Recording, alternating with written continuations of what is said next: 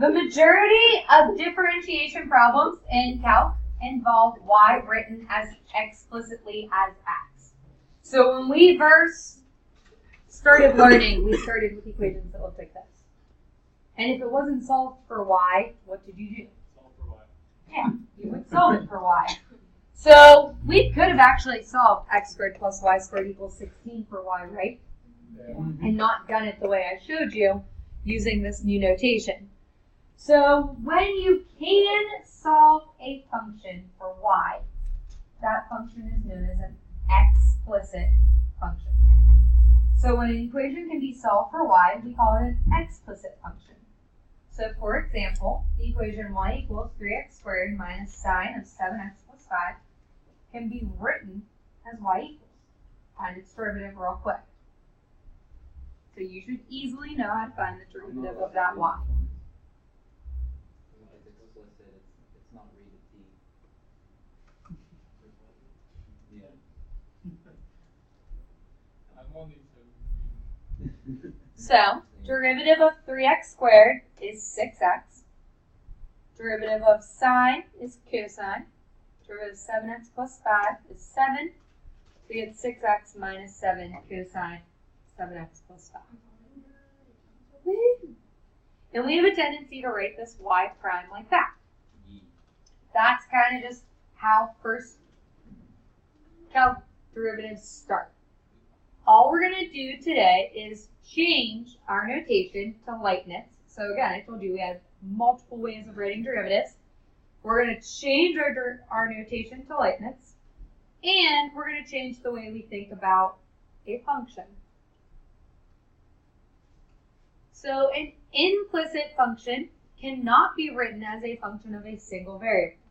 An implicit function cannot be written as a function of a single variable.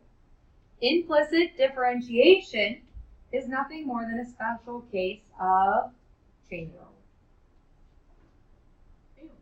So all we're doing is extending chain rule. So however some functions are written implicitly as functions of x, implicit differentiation can actually sometimes be rewritten as explicit. A familiar example is x squared plus y squared equals 25. So again, what did we say? This is the equation of a circle with radius.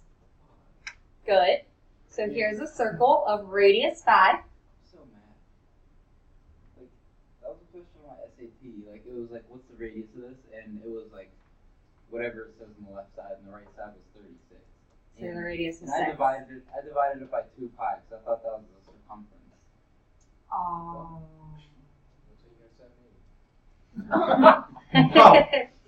Once you threw that one. And like, I thought about it so hard, and I thought I did it right, and I didn't do it right. I'm so sorry for you. I'm so sorry. How long ago did you take this SAT? Saturday. No! I knew that was coming. Like 2 days, so would have just done this lesson a day earlier. Oh, I'm sorry. My heart aches. Mine too. Let's take a moment. That would have done it. Someone call that after the chat. All right. Oh. Suppose that we wish to find the slope of the tangent line to the graph of this equation. Guys, do you realize what's so ironic about that? It's asking you to find the slope of the line tangent. Do you remember in trig, you had sines, cosines, and tangents with circles? Tangents were really like these points out here. You were comparing the y to the x's. The tangent in trig is like the tangent in calc. Tangent in trig is sine over cosine, right? Yeah. Sine is which variable? Pretty much. Y. What's slope? Y over x. Tangent is sine over cosine. It's change in y over change in x. The tangent line is the slope.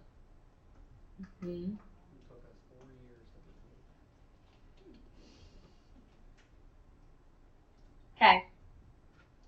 So the old way to find the equation of the tangent line to x squared plus y squared equals 25 at some point 3, negative 4 would be to do what? If you had to find this the old way, what would you do to find the derivative of that function? So subtract the x squared minus whatever that size. Yep. Ooh, that's hard to see. So you'd have x squared plus y squared equals 25. You would have subtracted x squared from both sides, and then you'd have taken the square root of both sides. In doing so, what would you need to know about the square root in this point? Wait, what? When you take the square root, you get a plus or a minus. Yeah. So the positive represents the top half of the circle. The negative represents the bottom half of the circle. Where does this point fit in? The bottom.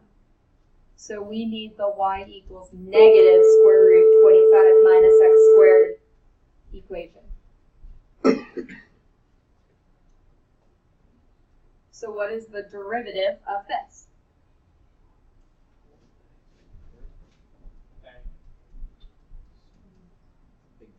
Negative 1/2 25 minus x squared to the negative 1/2 times derivative of the inside. Derivative of 25 is 0. Derivative of negative x squared is negative 2. A negative times a negative is a 1/2 times a 2 is, so you get x over the square root of 25 minus x squared.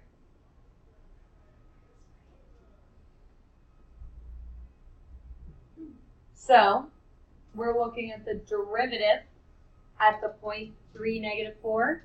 So what would be the slope at that point? What would we do to find the slope at that point?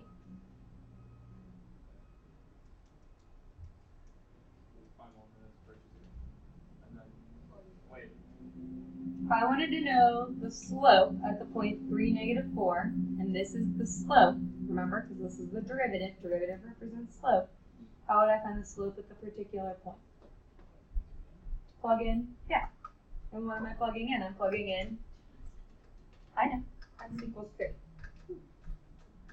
So this would be like 3 over the square root of 25 minus 3 squared, and equals. Just to denote you're plugging in x equals 3. So should we do that? I'm going to start showing you some new notations.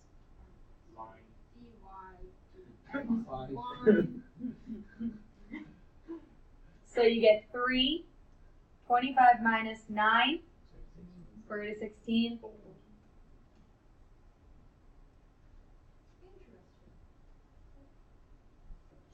So then, Using the old way. Let's find it using the new way. I don't have room for the new way. Really? Just out of Zero curiosity, so if I forget, not like completely forget, but if I want to double check the new way on the text, Yes. the old way It's a still whole always new work. subject. Only if x and y can be separated. So like if it's x times y, and it can't. And there's another x, right? Then you can't check the old way. Old. Those are going to be the only ones we have on the test. No, there's some like this. Not Okay. one. Implicit functions New. are functions that cannot be separated. When an equation cannot be solved for y, we call it an implicit function. The technique for finding the derivative is called implicit differentiation. We must differentiate these functions with respect to x, so hence the notation d dx. The variable that goes on the top next to the d is the variable you're deriving. So up to this point, every time we were deriving x's, right? What you really didn't realize is when you wrote dy over dx, you were taking the derivative of y. What's the derivative of y? It would just become y prime, but 1, right? Because the derivative of x would become 1. So it's kind of like the same thing. The derivative of y was really just becoming 1 dy dx. Or it's saying you took the derivative of y with respect to x. Why is it always with respect to x? Like, why wouldn't it be dy over dy? You can. But then you take all your derivatives with respect to y. We're going to get to ones where we have like dA dt. So we're going to take the derivative with respect to time for t. So like whatever the bottom variable is just what you're saying it's with respect to. It's like what your first coordinate will be in a point. That's all. Oh, okay. So like you can flip it. Not all equation can be solved for y. So for example here we have x cubed plus y cubed equals 6xy. We can't solve for y. So what we are going to do is use this new notation and solve for y.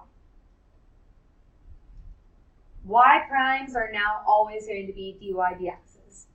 X prime, which we've never really written, but it's always been there, will be dx dx, which is always equal to 1. Anytime you have the same thing over itself, it's 1. So we've never taken the time to write it, but it's always been there.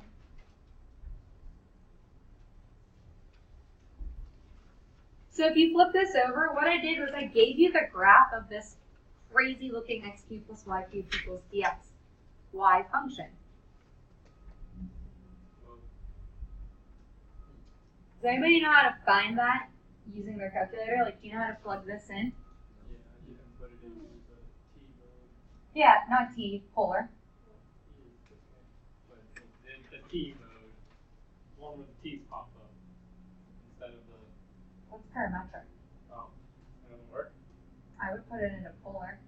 Just do it with parametric. Well, The real question is, are we That going you to get get in it the calculator? probably not. calculator? So this is the graph of the function called a polium. Whoa, R1, Holy. So Three. What are we doing? We better Should not we be get rating every grade? what? Rating every grade? Does it matter? Doesn't matter. Thank the Lord. You should be able to take x cubed plus y cubed. Yeah, I forgot so my it's theta. calculator. That's okay. It's really not important. How do you we don't do need it? to do this? So How do I type in it? you have to hit alpha. Oh, and then click X. Yeah. And then you'd have to move the 6xy over, so just be subtracting 6xy. Is it milk or milk? Milk. Alright, I was making sure. What do you think, Brad? It says there's an error. Okay. Making sure. I want to make sure you don't have any milk or anything. Yeah, that doesn't work. Casey, do you say milk? Right. How about you, Brad? Yeah. I just think Hello? Ew. What the heck? My dad. Error invalid. I This took came it up off. as- When I say go to, it just highlights the 3 or the X to the Apparently bottom. I say F instead of F. Error invalid. What? Apparently it's not like stew. It says M's, computer, pop, okay, time. So M&M's is like evening. Narrow one. Evening. An hour. Narrow one. I know. Does it make you upset when I'm wearing Nike clothing? Those are Nike. Those are Under Armour. Sorry. No, that doesn't upset me. No, I mean, As long as it's on Adidas. Yeah, unless you have like a blatant, like huge Adidas logo, and And these are like a huge huge Nike. Under Armour, and a huge Nike, and like everything just big old swoosh on there. Yeah, and then your socks were like Puma socks or something. And you can just like see all of it. If you took your like shirt off and your back just had a giant Nike swoosh tatted. No thanks. Like I talked to Nike him. paid me enough, I'll do it. I don't care. On like Twitter or something. All right. They want to have to, but Yeah. I'm like, yeah. $5 I'll do it. $5 for a Nike. Let's go through and use implicit to find our derivative. So go back to the old one. What's the derivative of x cubed? 3x squared. Okay. So now when you do that, we're going to tag along dx dx because we're saying we're taking the derivative of x with respect to x.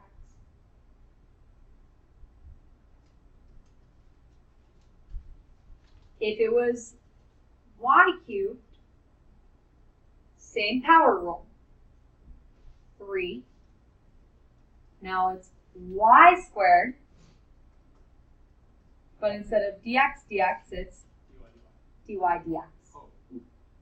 The bottom letter should be the same the entire time you take your derivative. What's happening over here? Product rule. Because 6x and y are functions. So you're going to group the 6x together times the y. So it's first, which is 6x, times derivative of the second, derivative of y becomes 1 dy dx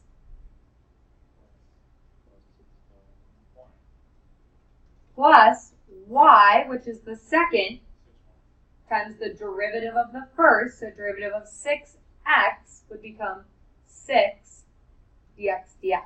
Oh, you can't do just 6 or 9. Just for now, because I don't want you to forget things. That's y times All 6? Correct. All dx dx's become 1s.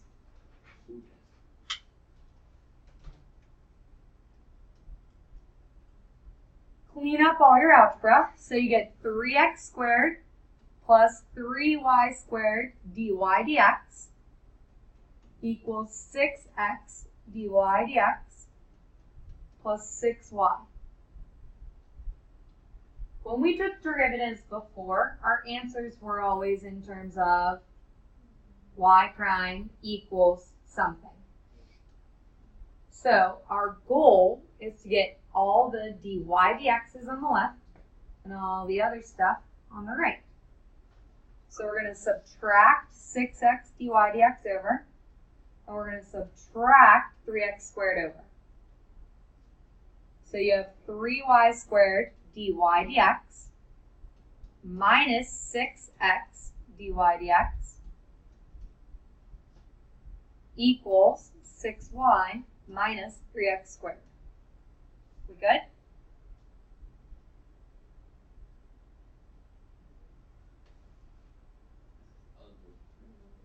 What does that create over here? A GCF. Yeah. So we take out the dy dx.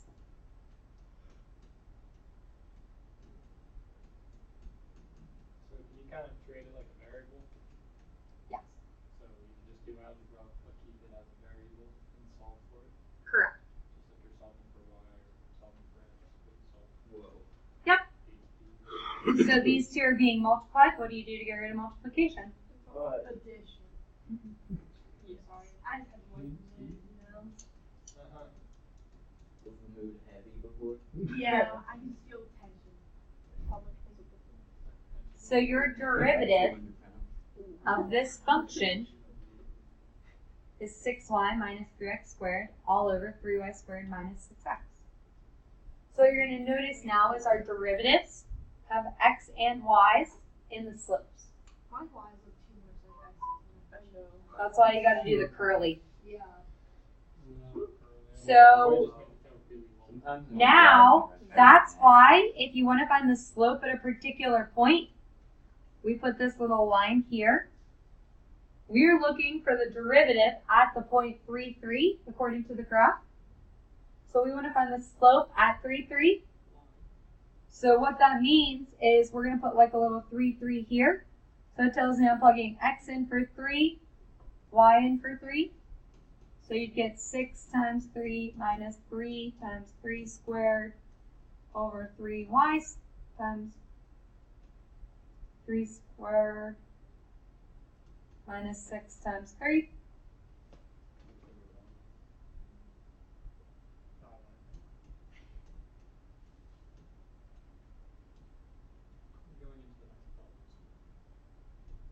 I'm already done the exercise for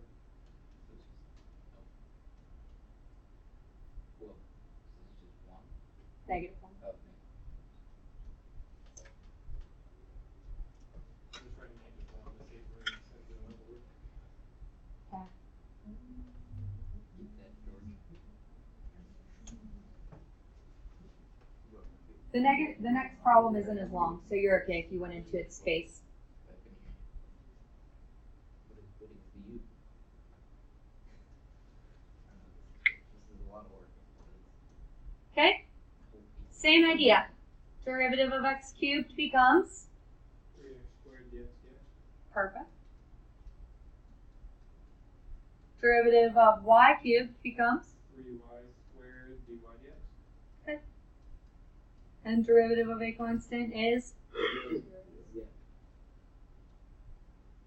solve for dy dx. So now it's really just algebra. You've done the calc. The calc is done. It's just algebra now. Yeah, but I Dx don't dx is 1. So you have 3x squared plus 3y squared dy dx. So we'll subtract 3x squared over. So you still want to find 3, 3. Hmm? You still want us to find the derivative or the slope at 3, 3. No. So you get dy dx equals negative 3x squared over 3y squared, which becomes negative x squared over y squared.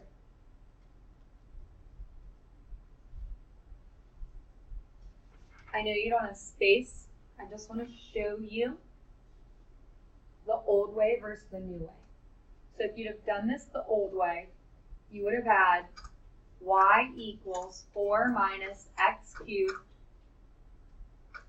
all under the cube root, right? So then your derivative would have been 1/3. So then you have 2/3 times negative 3x squared. So your 3's would have canceled. So there's your negative x squared. And then your denominator would have been the cube root of 4 minus x cubed squared. Or rewrite it. Really, Watch this, okay? 4 minus x cubed. What if I put the square out there? What was my original y? Oh, interesting.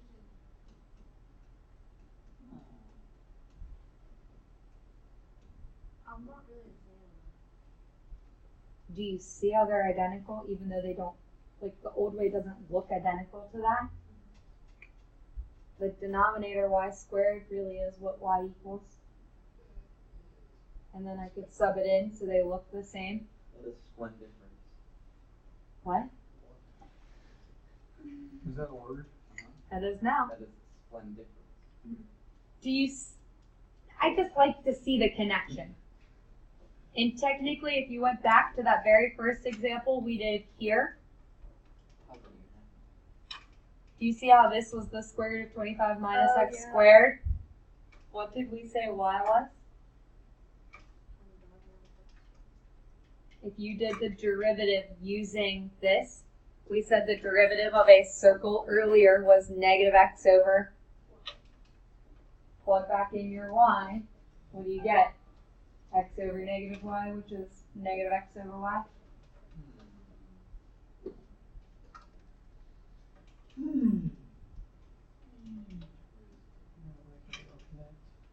You don't like that? I do, but like Okay. because like you. All right, find the derivative of 1 over x plus 1 over y equals 1. You know, What do you need to do to make this easier for yourself? probably First the absolute negative. Yeah, rewrite them as exponents.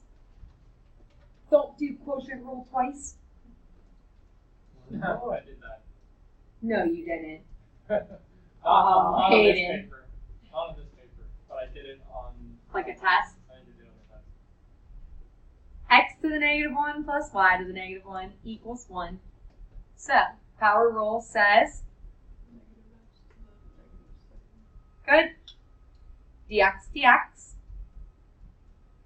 So again, it's whatever variable you're deriving with is on top. Bottoms are dx's for now. The next one becomes Negative y to the negative second. derivative of a y variable with respect to x. And derivative of a 1 is 0. perfect. You have to put anything with that, like a d something over the x. It would, no, because there's no variable. And you could put dx, dx, or dy, dx, it really doesn't matter. That's going to zero out either way. Start moving over your x's and your y's.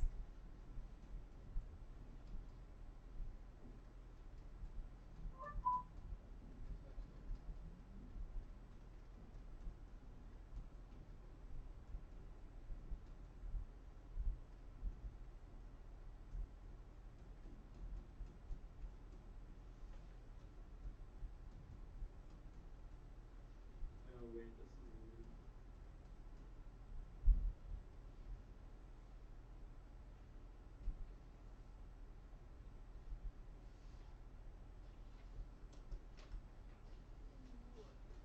So if you flip them, then both the exponents become. Precisely. So if you have negative exponents, you can switch their location. So whether they're in the bottom or the top, then they become positives.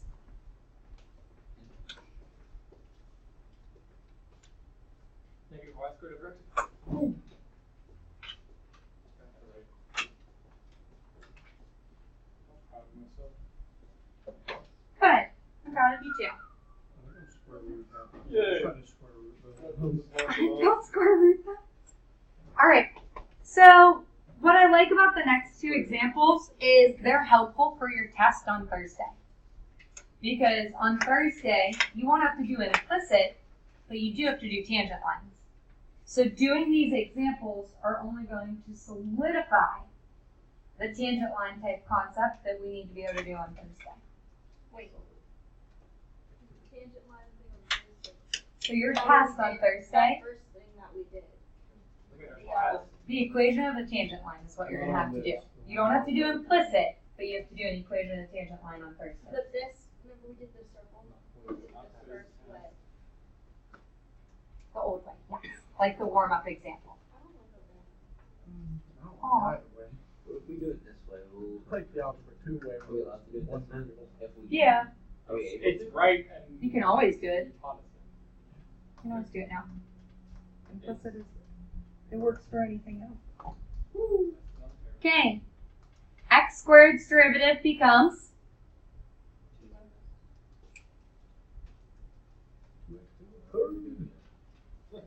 what do you have to do with the middle term for outer curl?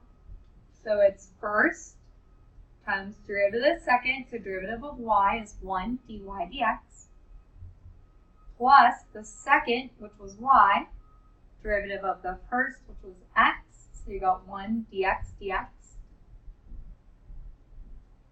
plus derivative of y squared, which was 2y dy dx, equals derivative of a constant, which is 0. Dang, that's a lot of work. It's not. These become 1s. So you get 2x plus x dy dx plus y plus 2y dy dx equals 0. Solve for dy dx. So we're going to move over the 2x and the y.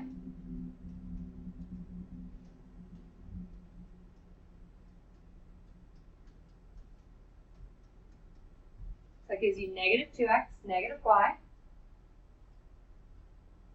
And then you can group together like the coefficients of the dy dx's.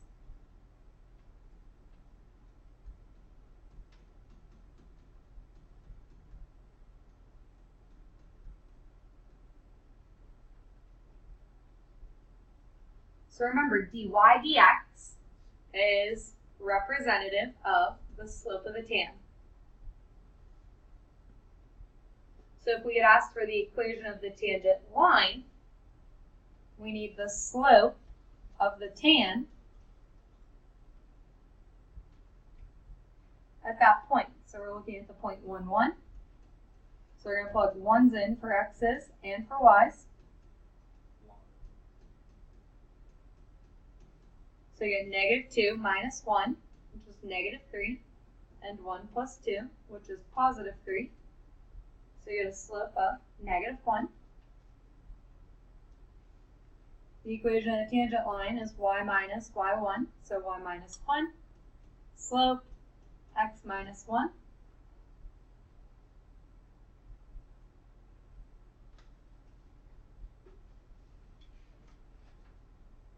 So like on the test we can do this instead of the old way.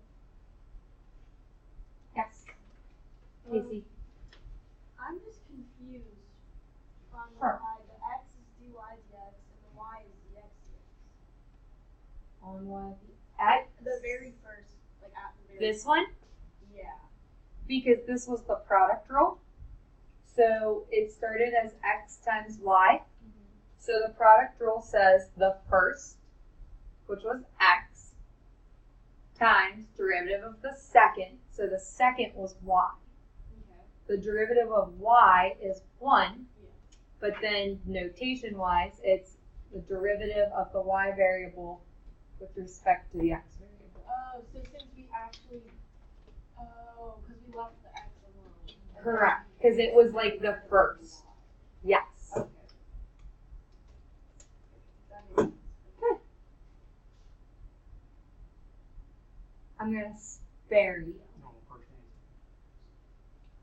I'm going to spare you. We're not going to do the bottom example right now. That will be our first example on Friday. Because I feel like that one is a little rougher, and I want to focus. Rougher or